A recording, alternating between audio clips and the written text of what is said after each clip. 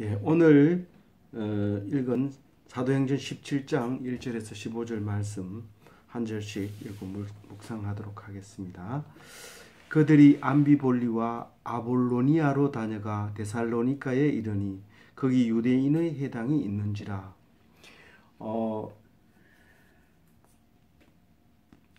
사도 바울의 2차 전도 여행이 시작되고 1차 전도 여행과 마찬가지로 성령이 인도함을 받아서 움직이게 되고 또 사람의 내침, 쫓겨남, 그리고 쫓아냄 이런 걸 통해서 이동하게 됩니다.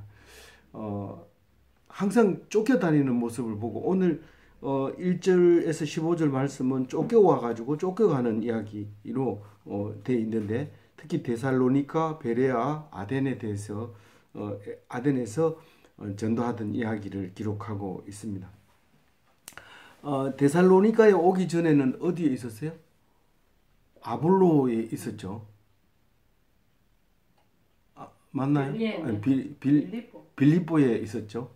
예, 빌립보에 있어서 빌립보에서 예. 위에 보면 그 아피볼리하고 아볼로니아로 다녀가 예. 데살로니가에 예. 이르니 지금은 아볼로니아 여기밖에 안 나오고 그 거쳐가는 이제 지점만 나오지 거기서 전도했는 이야기는 안 나오죠. 그리고 이제 그 데살로니가로 오게 됩니다. 근데 이제 뭐 그래도 지금은 이게 암비볼리나 아볼로니아 이거는 그 이름이 없는데 그래도 이제 나중에 이제 사실은 이런 거는 거의 대부분 성지를 찾아보면 거기 요런 작은 산 그 없어진 도시 가보면 아무도 없고 틈만 있고 저 뭐 이집트도 뭐 memnon이라든가 뭐 이런 그 멤피스라든가 이런 데 가면 그냥 이렇게 광야가 있고 돌만 몇 개 이런 식으로 되어 있는 나중에 파보면 알겠지만 파기 전에는 바깥에서 봤을 때는 전혀 이제 아무것도 살지 않았던 흔적 같은 그렇게 만들어져 있는 거죠. 암비볼리라는 것은 강으로 둘러싸인 이런 성읍이 있었는데 글로 이렇게 이제 글로 들어가서 또 다시 나와서 이렇게 지나오는 길 옆에 있는 동네였던 것 같죠. 그래서 아볼로니아는 아폴로에게 속한 곳이라는 의미를 가지고 있는 동네 이름이고요. 데살로니가도 나중에 이제 우리가 바울이 데살로니가에다 편지를 하는 바람에 이름이 기억이 났고 지금도 이 데살로니가는 이름이 있습니다. 그대로 데살로니가가 있어요. 지금도 이제 있는데 거기는 이제 데살리의 성리 아마 그 전쟁하기 좋은 양쪽에 산이 있고 넓은 이렇게 들로 만들어져 있는 동네였는데 거기서 이제 싸움을 해서 이긴 사람 이름이 이제 데살리의 성리라고 하는 이름으로 데살로니가가 있게 됩니다. 그런데 이 사도 바울은 어디로 들어가요? 다른 데로 이동. 이게 지금 저기 그 빌립보에서 데살로니가로 오는 이 도로는 아시아로 연결하는 아주 중요한 도로입니다. 그게 글로 와가지고 이제 그 터키 쪽으로 들어가는 배. 그 해협은 이게 아주 좁아가지고 짧은 곳은 1km 정도밖에 안 되는 그런 짧은 그 해협을 거쳐서 아시아로 이제 넘어오게 되는데 그 길이 이제 요 길이 되는 거죠. 그래서 지금 그 데살로니가에 와서 전도를 또 역시 회당에 들어갑니다. 자기가 시작할 때부터 나중에 끝날 때까지 자기는 끝까지 이방인을 위해서 사명을 받은 사람이라고 얘기를 합니다. 그런데 항상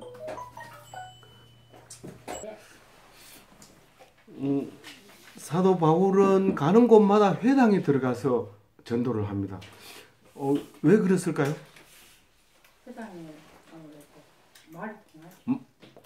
안 그러면 이 시작을 못 합니다. 이 성경을 펴놓고 성경을 읽고 그걸 해석하면서 예수 그리스도를 이제 말할 수 있는 거니까 회당에 들어가게 되는 거죠. 실제로 이 바울은 유대인에 대해서 막 굉장히 뜨거운 감정을 가지고 있어요. 어쨌든 예수님도 유대인에게서 왔고 유대인을 위해서 왔는데 그것을 안 믿기 때문에 이방인에게 가는 거지, 어디를 가든지 일단 유대인에게 전도를 하고 싶은 거죠. 근데 유대인들은 기득권을 가지고 있고 특히 회당에서는 그렇게 됐기 때문에 결국은 쫓겨나는 겁니다. 근데 이 회당에서는 지금 교회처럼 모였을 때 무슨 예배처럼 형식을 갖춰 있는 게 아니라 성경을 읽고 자유롭게 이렇게 토론하는, 마치 우리가 모이는 것처럼 성경을 읽고 나눌 수 있는 그런 기회가 있는 게, 한 사람씩 나와서 하고 거기에 대해서 토론할 수도 있는 그런 분위기였다고 해요. 그러니까 특히 사도 바울이 가서 당당하게 얘기합니다. 그 사람은 그 당시에 가말리엘 문화에서 교육을 받았기 때문에 유대인이었고 처음부터 로마인이었고 자격으로 봐서는 부족함이 없는 이기 때문에 해당에 들어가면 딱 아예 성경 읽고 자기가 딱 얘기를 하고 그랬던 거죠. 그래서 또 여기 데살로니가에서도 그렇게 이제 전도하는 이야기가 나옵니다. 2절에 보면 같이 읽어볼까요? 바울이 자기의 관례대로 그들에게로 들어가서 새 안식일을 성경을 가르치고 강론하며, 이게 3주 동안, 3주를 하고 전체 기간은 2주 조금 넘을 수도 있지만 어쨌든 3번 안식일을 거기서 이제 성경을 가지고 강론합니다. 물론 이제 다른 기간에는 다른 일도 하지만 또 성경을 가르쳤겠지만 유대인 회당에서는 안식일만 모이니까 3번을 이제 강론을 합니다. 그래서 여기 보면 우리는 이방인이기 때문에 양자 영을 가진 게 아니라 유대인도 하나님의 자녀가 된다는 것은 그걸 양자의 영이 똑같은 말을 쓰고 있거든요. 양자의 영을 가진 유대인들을 위해서 간절하게 얘기하고 막 심하게 얘기할 때는 내가 끊어질지라도 내가 형제들이 믿는다면 그 일에 헌신하겠다, 그렇게 말할 정도로 그 사도 바울은 유대인에게 집착을 한 사람이에요, 사실은. 그런데 이제 그 내용이 뭐를 얘기를 했느냐 하는 거죠. 3절 같이 읽어볼게요. 뜻을 풀어 그리스도가 해를 받고 죽은 자 가운데서 다시 살아나야 할 것을 정언하고 이르되 내가 너희에게 전하는 이 예수가 곧 그리스도라 하니, 이 사실은 구약 성경을 어디를 봐도 그리스도가 해를 받고 죽은 자 가운데서 다시 살아나야 할 것이라고 적혀 있는 직접적인 성경은 없습니다. 그런데 이 사도 바울이 성경을 읽어보니까 이런 부분이 곳곳마다 있었던 거예요. 그래서 그 얘기를 유도해내는 거예요. 어느 시대니까? 그리스 시대니까 논리가 딱딱 맞아떨어지는 거예요. 서론, 본론, 결론. 그러니까 이게 예수님 우리를 위해서 죽을 구세주는 우리 때문에 해를 받고 죽어야 되고, 그리고 영원히 살 사람이기 때문에 다시 살아나야 되느냐? 그거 아니겠느냐? 맞다. 그러면 그 사람이 누구다? 예수다. 그렇게 이제 논리적으로 딱 이렇게 했다는 거예요. 그래서 거기 보면 해를 받고 일어나는 그 해를 받는다는 것은 한 꽤 여러 번 나오는 파스코라고 부르는 헬라어인데 누구 때문에 해를 받는 것을 이렇게 표현하고 있는 거거든요. 그리스도가 자기 죄를 위해서 해를 받는 게 아니라 어떤 누구를 위해서 이렇게 해를 받고 이제 죽은 자 가운데서 살아나야 되는 것을 이제 나야 되지 않겠느냐. 그렇다. 그러면 그것은 바로 너희들이 죽인 예수다. 이렇게 이제 나가는 거죠. 너희들이 죽인 예수다. 이 얘기를 맨 처음에는 했지만 예루살렘에서는 했지만 여기서는 쫓겨온 사람들이기 때문에 그 얘기를 하면 또 쫓겨날 것 같기도 하고 그러면서 또 이 사람들하고는 또 거리가 멀기도 하고 하니까 이제 그런 얘기를 안 하고 이제 그 얘기를 하려고 나는 주장하고 있다. 이제 그런 얘기를 하는 겁니다. 그런데 이것을 읽으면서 느낌이 어디에 있을까요? 다시 살아나야 할 것, 이것이 딱 눈에 들어오는 거예요. 이게 우리가 부활이 없는 기독교인은 사실은 기독교 뭐 다른 종교보다 나을 게 하나도 없어요. 근데 오직 부활 그걸 믿을 때 우린 기독교는 다른 사람 다른 종교하고 구분되는 거예요. 거룩히 구분되는 거예요. 뭐 십계명 뭐 아무리 같아 해도 다른 데도 그럼 충분히 할 수 있는 거예요. 근데 다시 살아나는 거에 대해서는 이 그리스 시대에 이때 죽은 자 중에 다시 살아난 거에 대해서 발끈하죠. 이게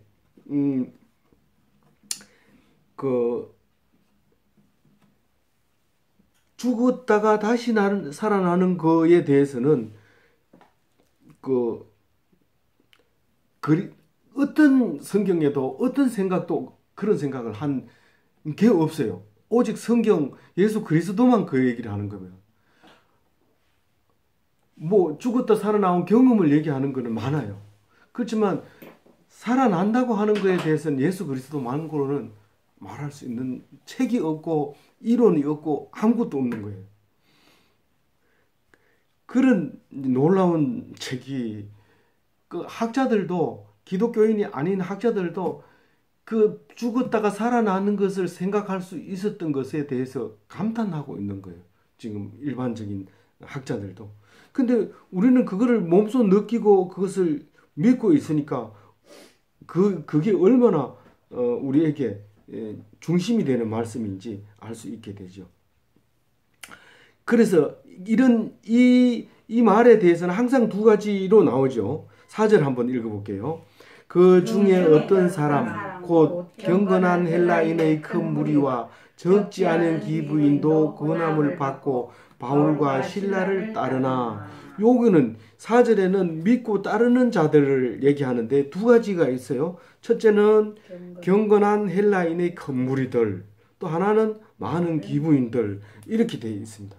그래서 저는 이걸 읽으면서 예수 믿는 사람은 다 기부인이고 예수 믿는 사람은 다 경건한 사람이구나. 그걸 알게 됐어요. 이 누가가 보는 눈에도 그런데 우리들도 그렇게 보이는 거예요. 아무리 불량배라 하더라도 예수 믿으면 그게 갑자기 경건한 사람으로 지식인으로 바뀌어버려요. 그리고 못생기고 철없는 부인도 귀부인으로 바뀌어버려요. 그래서 그런 글을 이렇게 읽으면서 느껴지는 거예요. 그런데 시기하는 유대인에 대해서는 9절까지 나옵니다. 5절에서 9절까지 시기하는 유대인은 어떤 모습을 가지고 있느냐. 이게 한번 읽어봐요. 5절 읽어봅니다. 그러나 유대인들은 시기하여 저자의 어떤 불량한 사람을 데리고 때를 지어 성을 소동하여 야손의 집에 침입하여 그들을 백성에게 끌어내고 찾았으나 유대인들은 왜 시기를 할까요? 회당에서 월등한 그 이론을 발표를 하는 거예요. 우리가 뭐 잘 모르는 사람끼리 이렇게 이제 의리 있게 이렇게 이랬다 월등한 사람이 딱 들어오면은 그 조직은 힘을 잃고 그 사람에 의해서 움직이기 시작합니다. 그러면 구석에 숨어가지고 야 이대로 가서 되겠냐 쫓아내자 이게 나오죠. 모습이 그대로 나오는 거예요. 그 유대인들이 기득권을 상실하지 않으려고 시기를 하게 됩니다. 그래서 저자가 뭐죠? 그 시장 가운데서 시장 가운데는 뭐 항상 불량배들이 따라다녀요. 뭐 우리 시골에서는 장세라고 얘기를 하는데 판매하는 사람들한테 이제 매일매일 이제 돈을 받는 그런 일을 하고 안 주면 장사를 엎어버리고 뭐 이렇게 하는 그런 불량배들이 있는데 그 사람들은 무슨 문제가 생기면 해결사기도 하고 또 문제를 일으키기도 하는 그런 사람들이죠. 그래서 그 사람들을 이제 데리고 소동을 일으킵니다. 이 유대인들이 가는 곳마다 소동이 일어나고 그것보다도 더 중요한 거는 바울이 가는 곳마다 소동이 일어납니다. 그런데 이 유대인들은 나중에 로마에서 쫓겨나고 이런 게 수없이 있었던 거예요. 그러면 성경에 나온 것도 이제 나중에 브리스길라를 만날 때도 이제 그 로마에서 쫓겨가지고 와가지고 만나게 되는 사건이 있습니다. 그런데 그 여기서도 이제 소동을 일으켜서 그 야손이라는 사람의 집에 이제 들어갑니다. 분명히 여기 있는 거 내가 봤다. 바울과 실라가 여기 들어가는 거 봤다. 그리고 그 떼거리를 데리고 들어가니까 그 두 사람은 도망가기 쉽죠. 뭐 뒤로 갈 수도 있고 어디로 갈 수도 있고. 가니까 없으니까 어떻게 6절 읽어볼게요. 발견하지 못함에 야손과 및 형제들을 끌고 업장들 앞에 가서 소리질러 이르되 천하를 어지럽게 하던 이 사람들이 여기도 이러매. 이 들어가서 찾아보니까 없는 거예요. 그러니까 그 사람들이 그냥 갈 사람이 아니죠. 없구나 이러고 돌아갈 사람들이 아니죠. 무슨 꼬투리를 잡아가지고 주인을 야손을 데리고 나오면서 그 중에 있는 남자들을 같이 데리고 나옵니다. 그래서 남자들을 다 붙들어 가지고 이제 팔짱을 끼고 업장들 앞에 갔다 그러는데 이 업장들은 그 시민 통치자 결정권이 있는 거예요. 그 작은 일에 대해서 별로 중요하지 않는 거에 대해서 벌금도 매기기도 하고 이제 여기 때리는 것도 할 수 있고 감옥에 갇혀 잠시 가둬놓는 거 이런 것까지는 할 수 있는 그런 이제 업장한테 가는 거예요. 그 업장 한 사람이 아니에요. 업장들은 여러 사람이 있는 거예요. 그 이런 이제 그 나중에 업장 회의도 열고 뭐 이렇게 해서 이제 그 동네를 유지하고 있는데 거기 가가지고 이제 큰 소리로 이제 고발을 하는 거죠. 그 뭐라고 고발을 합니까? 소동의 주범이 데살로니카에도 왔습니다. 이런 말이에요. 이게 천하를 어지럽게 했다는 얘기는 빌립보에서도 소동을 부리던 사람이 여기까지 왔다는 거예요. 그래서 150km 정도 되거든요. 데살로니카에서 빌립보까지.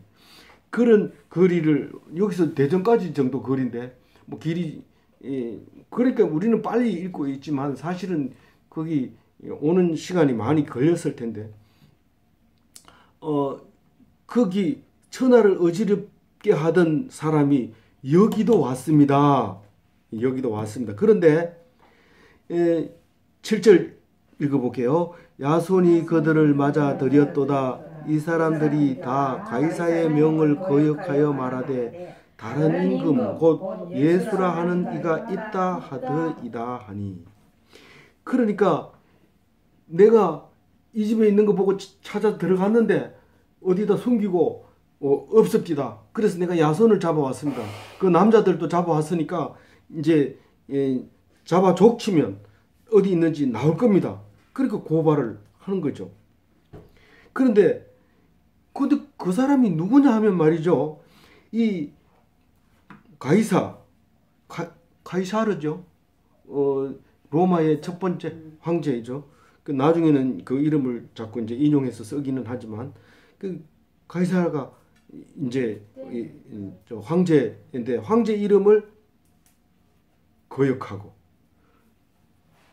임금이 따로 있대요. 그 사람들 이 사람들이 지금 있는 임금을 인정 안 하고 예수라는 사람을 지금 따르고 있는 그런 사람들입니다. 이거는 로마 사람들한테 고발하기 아주 딱 좋은 말이거든요. 딱 좋은 말이에요. 그때 저기 벌써 로마가 가이사를 신으로 칠 때죠. 네. 그래서 무리와 업장들이 이 말을 듣고 소동하여 여기서 소동했다 이러는데 자세히 읽어보면 자극해서 막 이렇게 흥분하게 만드는 거예요. 그렇게 만들었어요. 업장들이 그래? 이러니까 야, 그냥 놔두면 안 되겠다. 우리 지금 데살로니카 이거 지금 어지럽게 생겼다. 우리 어지러우면 로마가 그냥 놔두지 않을 거 또 징계 들어올 텐데 우리 이거 어떡하지? 이렇게 하는 거예요. 그러니까 결론을 어떻게 내렸어요? 9절 읽어봅니다. 야손과 그 나머지 사람에게 보석금을 받고 놓아주니라. 거기에 야손의 집에 있었던 남자들, 야손 다 합해서 너들 그냥 보낼 수 없어. 너희들은 뭐 어지럽게 한 건 아니지만 어지럽게 한 사람을 집에 들였기 때문에 너희들을 그냥 가면 안 돼. 돈 내고 가. 이때 이제 로마가 돈이 이제 없어서 뭐라고 하면 돈 달라고 하는 거예요. 그때 당시에는. 그 로마 군인들이 월급 받는 그때니까 이 그 돈이 모자라고 이럴 때 이 연도수가 그때가 요때인데 그 돈 받고 보내주는 거예요. 사실은 죄가 없어서 그냥 보내줘야 되는데 돈 생각이 나니까 받은 거죠. 그리고 이제 위험해졌잖아요. 그냥 돈 받을 때 그냥 받겠어요. 다음부터 한 번만 더 숨기는 일이 생기면 벌금을 5배로 올리거나 아니면 뭐 내지는 집행유예는 감수해라 이렇게 얘기를 하는 거죠. 지금 집행유예를 받고 풀려난 거죠, 사실은. 그래서 이제 앞으로는 걸리면 이제 감옥에 가야 돼요. 그러니까 바울은 어떤 일이 일어났을까요? 도망가 야반 도주를 합니다. 10절 읽어봅니다. 밤에 형제들이 곧 바울과 실라를 베레아로 보내니 그들이 이르러 유대인의 회당에 들어가니라. 그 베레아로 가가지고는 거기 또 유대인 회당에 들어갑니다. 사실은 받아줄 수 있는 게 유대인 회당밖에 없어요. 유대인은 유대인밖에 받아줄 사람이 없어요. 그러니까 이 사람들이 다른 데 가면 소문도 빠르고 이렇지만 유대인들은 유대인이니까 일단 받아가지고 잘못됐거나 뭐 이런 거는 이제 배척하더라도 그렇게 이제 됩니다. 그 이제 베레아는 한 40km 떨어져 있는 거예요. 거기서 그 베레아가 지금도 여기 이름이 비슷한 베레아가 있는데 바로 산 밑에 동네예요. 그 여기 데살로니가는 좀 넓은 동네고 이따가 끝나고 한번 이제 구글 지도를 한번 보도록 해요. 그 베레아에 딱 가서 이제 회당에 들어가서 전도를 했어요. 그러니까 이 바울은 어땠어요? 그때 겁에 바짝 들렸어요. 40km를 오긴 했지만 요게 거의 같은 바운다리 안에 있거든요. 같은 이런 넓은 저지대에 있는데 요거는 산 밑에 바짝 붙어 있는 그 일이라서 아 이거 어떡하지 또 배척하면 이러고 이제 염려해서 갔는데 그 사람들이 데살로니가 사람들보다 어떻다고요? 예, 개역 한글에는 신사적이었다 그랬어요. 그래서 말씀을 받아들이는데 흡수력이 좋은 거예요. 우리가 고린도가 그 잘 사니까 사람들이 많으니까 말씀을 안 받아들이잖아요. 그런데 여기 베레아 사람들이 데살로니가보다 사람이 적으니까 그런지 더 이렇게 말을 잘 받아들이면서 말씀이 정말 그 말이 바울이 한 말이 맞을까? 이러고 듣고도 또 집에 가서 성경 찾아보고 또 서로 옆에 의논하기 나누기도 하고 뭐 맞다고 하기도 하고 의문을 꺼내놓기도 하고 이렇게 자꾸 모여서 말씀을 가지고 이렇게 받아들이더라는 거예요. 그래서 그걸 좋게 본 거죠. 예수 믿는 사람이 성경 보는 것보다 멋있는 게 없잖아요. 맨 처음에 잘 모를 때는 성경을 들고 교회 가는 게 부끄러워서 신문지를 싸서 들고 가지만 나중에 성경 말씀의 은혜를 받으면 그 다음에는 검으로 이렇게 입혀 있는 거, 그 번쩍번쩍한 그걸 잘 보이게 이렇게 들고 간다고요. 그럼 막 그게 자랑스러운 거예요. 딱 이렇게. 그 맨 처음에는 빨간 걸로 이렇게 칠해진 성경을 들고 다니다가 나중에 검으로 이렇게 칠해진 그거 들고 다닌다. 굉장히 멋있어 보이잖아요. 이 베레아 사람들이 그 성경을 그렇게 읽으려고 했다는 거죠. 근데 거기에는 믿는 사람도 많이 생겼고 헬라의 기부인과 남자도 적지 않다 그랬어요. 요 앞에는 기부인이 뒤에 나오는데 경건한 헬라인이 먼저 나오고 무리가 나오고 기부인이 나왔는데 요 뒤에서는 기부인이 먼저 나와요. 남자. 그러니까 이때만 해도 여자들이 남자보다 성도 수가 많을 뿐만 아니라 더 열심히 내일 새벽 기도한다 이러면 여자들이 많이 나오고 일찍 나와서 기도하고 가서 밥하고 그또 부흥회 한다고 그러면 쫙 모여들. 그래서 남자들은 일하러 가야 된다면 다 가고. 그래서 할 수 없이 동부교회는 여성 부흥회만 하잖아요. 남성 부흥은 안 하고. 뭐 해봐야 안 오니까네. 그러니까 여성 그래가지고 요새 남자 할 일 없는 사람이 여성 부흥회도 좀 참석하고 이런데 좀 가긴 그렇잖아요. 그래서 여자들도 많이 믿게 됩니다. 그런데 데살로니가하고 베레하고 얼마가 떨어졌다고요? 40km 떨어졌는데 이제 그 사람들이 잘 알죠. 귀신같이 알고 데살로니가에서 사람들이 유대인들이 알고 이제 무리들을 같이 데리고 와가지고 이제 소동을 일으킵니다. 13절에 그죠?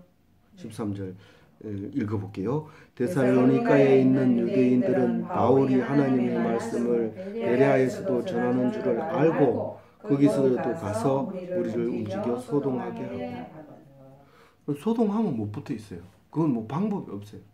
그래도 감옥에 안 가다 놓은 것만 해도 다행인데 사실 감옥에 갇혀 있는 날이 한두 번도 아니었고 수없이 많았지만 전혀 관심이 없습니다. 그냥 있는 곳에 가가지고 계속 찬송하고 기도하고 말씀 전하고 감옥 문이 열렸는데도 안 가고 계속 찬송 부르고 기도하고 그리고 저기 간수가 세례를 받고 막 기뻐가지고 즐거워하고 아침이 돼가지고 가라 하니까 왜 내가 가나? 너들 와서 나가라 해야 나간다 이러면서 막 그렇게 그러니까 뭐 쫓겨가면 가서 또 가두면 가둬서 뭐 그거 어디를 가든지 무엇을 하든지 상관하지 않고 성경 읽고 찬송하고 기도하고 이거를 빼지 않는 거예요. 우리가 나라가 망해도 걱정은 좀 해야 되지만 하여튼 우리가 할 일은 변함이 없습니다. 우리가 할 일은 어떤 일이 있어도 변함이 없습니다. 뭐 나라를 위해서 기도할 때인 것 같아요. 굉장히 옛날 모습으로 이렇게 돌아가서 불안하게 만드는 요소들이 있지만 그래서 더 기도를 해야 되지만 그 어떤 경우라도 하나님만 붙잡으면 똑같아요. 이 땅의 삶이 영원히 이어지도록 그렇게 말씀만 붙들고 살아야 돼요. 그리고 그러니까 당연히 이제 도망가야죠. 그런데 너무 빨리빨리 움직이니까 도망을 다니니까 다른 사람이 애를 먹어요. 좀 여기 가서 좀 조용하게 우리 말하지 말고 숨어가지고 있다가 좀 쉬었다가 하자. 바울은 그게 안 통합니다. 나 죽을 때까지 나 일하다가 죽으면 죽었지 한다. 이렇게 하다가 바울이 이제 타겟이 돼서 공격하니까 바울만 혼자 도망을 가요. 이제는 뭐 다른 사람들 적어도 몇 명이에요 지금. 실라와 디모데가 있죠. 네. 또 누가 있어요? 누가가 있잖아요. 누가가 우리 이러면서 나가잖아요. 그러면 어디서부터 우리예요? 빌립보부터 우리라는 말을 써요. 그래서 그것부터 합류해서 4명이잖아요. 절대로 4명 아닙니다. 따라다니면서 이름 안 적힌 여자들 많이 있어요. 근데 그 사람은 못 따라가는 거예요. 힘들어서. 아이고 뭐 바울 딸이 다른데 죽겠다 이래. 그리고 너들이 가면 얘들이 눈치채니까 너들 앉아 있어. 그리고 자기 혼자 어디로 가요? 네. 머물러 있으라고 말한 적은 없어요. 그런데 바울, 디모데와 실라는 거기 머물러 있고 바닷가까지 갑니다. 네. 그게 바닷가에 가가지고는 막바로 배를 타요. 쫓아올 것 같아가지고 겁이 나가지고 바닷가에 가까워요. 아주 가까운데 바닷가 가서 배를 툭 타고 타니까 이제 실라와 바울과 실라도 돈을 좀 댔겠고 바울 주머니에서도 돈 좀 나갔겠고 어쨌든 그 배를 태워가지고 어디까지 아덴까지 가는데 한 400km 백길이 그렇게 긴 백길을 가는데 아테네도 그때 큰 동네였거든요. 아테네까지 가는데 돈을 좀 주고 그리고 이제 왜 바울과 실라와 디모데가 돈을 댔다고 생각하느냐 하면 이 사람들을 만나야 돼요. 그거 가면 바울을 제대로 데려다 줬다. 그리고 가가지고 만나야 되기 때문에 서로 이제 그런 일이 있었던 것 같아요. 이거 400km면 당일 만에는 못 갈 거고 며칠 걸려서 갔을 텐데 그래 가서 이제 네가 가서 실라와 디모데를 어떻게 하라고요? 15절 마지막입니다. 읽어보겠습니다.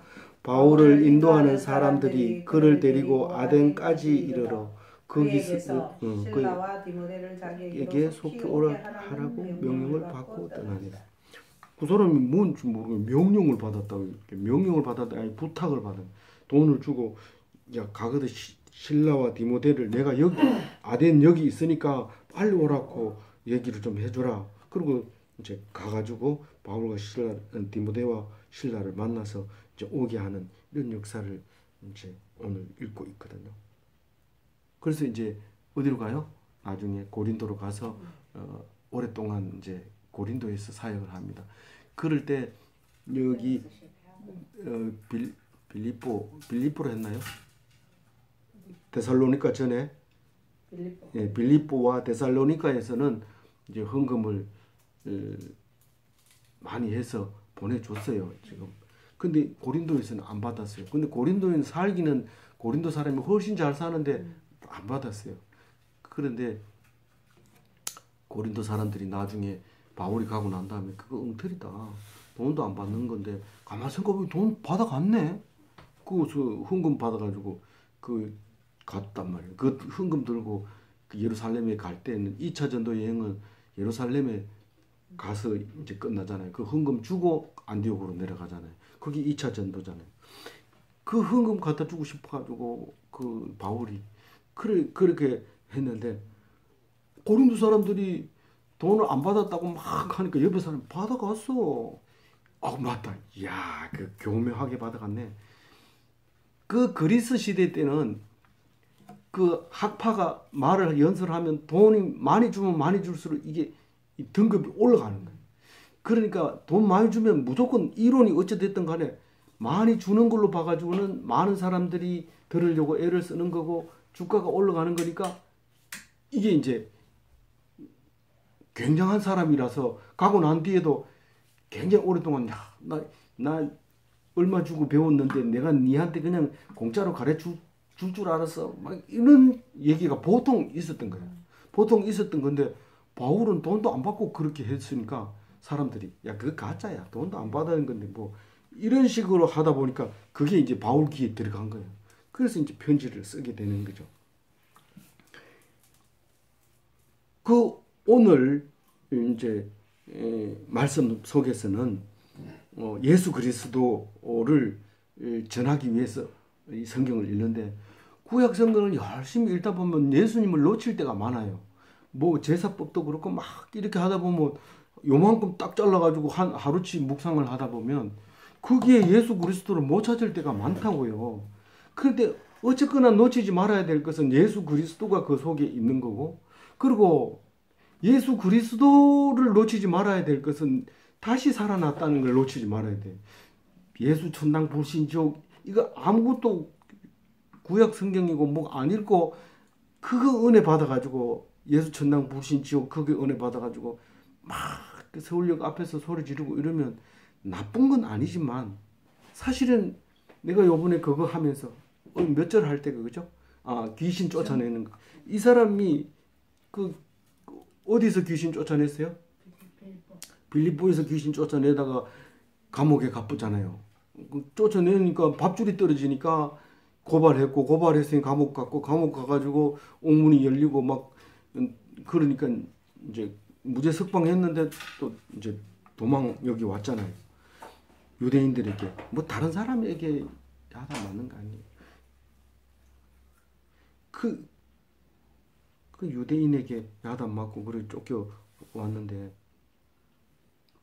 그때 그 얘기를 하잖아요. 이게 힘들어하는 이유가 귀신 들린 사람을 고치면 그만인데 안 고쳐주고 가슴 아파하잖아요. 막 괴로워하는 거예요. 그 귀신 들린 게 당신은 사람들을 구원하기 위해서 그 말씀을 선포하는 사람입니다. 그리고 따라다니면서 자꾸 얘기하니까 그 모든 말이 때와 시가 있는 거예요. 주일날 설교를 해야 되지 아무 데 가가지고 계속 그렇게 하면 안 되는 거예요. 그거는 무게가 없어지고 그게 없잖아요. 그래서 그래야 되는데 그 귀신을 쫓아내고 싶은데 못 쫓아내다가 고민하다가 막 가슴 아파하다가 고쳐버리는 거예요. 그러니까 감옥에 가게 되잖아요. 그때 이제 말씀 속에서 그게 기독교인의 정중함이라는 거예요. 이 예의라는 거예요. 다른 사람을 존경해 줄 수 있는 거. 그 사람 병 고치는 거는 그 귀신 들린 사람으로 말할 것 같으면 참 다양한 일이지만 다른 사람이 생계를 끊어버리는 거죠. 그러니까 그거를 우리는 툭하면 우상을 두드려 부시고 그 절 앞에 가서 통성기도하고 땅 밟게 하고 무서워요. 그 딴 사람들이 몰라서 그렇지 그걸 보면 무서워서 아주 싫어한다고요. 그래서 기독교를 싫어하는 사람들도 있단 말이에요. 그러니까 그거를 요번에 이야기하면서 우리는 그것 때문에 사회생활이 어려워져야 돼. 힘들어져. 그거를 예수 교회가 조상원이 이러고 사회 안 나가고 교회에서 24시간 기도만 하고 있으면 안 되는 거잖아요. 그래서 오늘 말씀 속에서 그리스도 어떤 성경을 읽더라도 그리스도를 기억해야 되고 어떤 그리스도를 기억하더라도 부활을 기억해야 됩니다. 그래서 결론은 죽은 자 가운데서 살아나야 할 수밖에 없었던 예수 그리스도를 믿는 우리 그리스도인이 그 부활로 말미암아 은혜가 되고 복이 되고 기쁨이 되셔야 됩니다. 그런 기독교인이 다 되시기 바랍니다. 아멘.